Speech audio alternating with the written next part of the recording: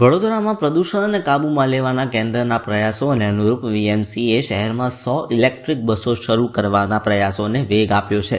વધુમાં નાગરિક સંસ્થા આગામી 4 મહિનામાં વડોદરા હાઈવે પર ડબલ ડેકર ઇલેક્ટ્રિક બસો શરૂ કરવાની યોજના બનાવી રહી છે, જેના માટે તેણે જીએસઆરટીસી પાસેથી 2 બસો માંગી છે.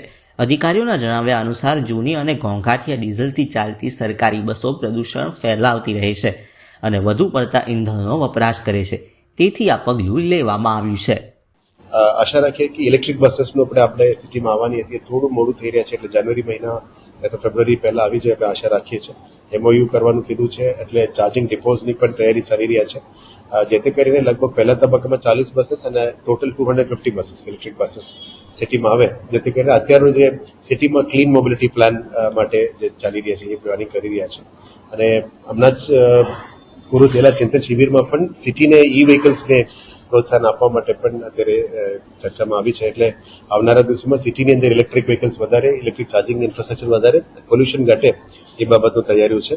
આવનારા દિવસોમાં સ્મોગ ગન્સનું પણ અત્યારે વડોદરા મહાનગરપાલિકા દ્વારા ખરીદવામાં આવશે, જેથી કરીને એર ક્વોલિટી ઇન્ડેક્સને પણ સારું બનાવવાનું છે. અત્યારે અમારું એર ક્વોલિટી ઇન્ડેક્સ નાંદેસરી હોટસ્પોટના કારણે અમારી સેટિસ્ફેક્ટરીમાં છે.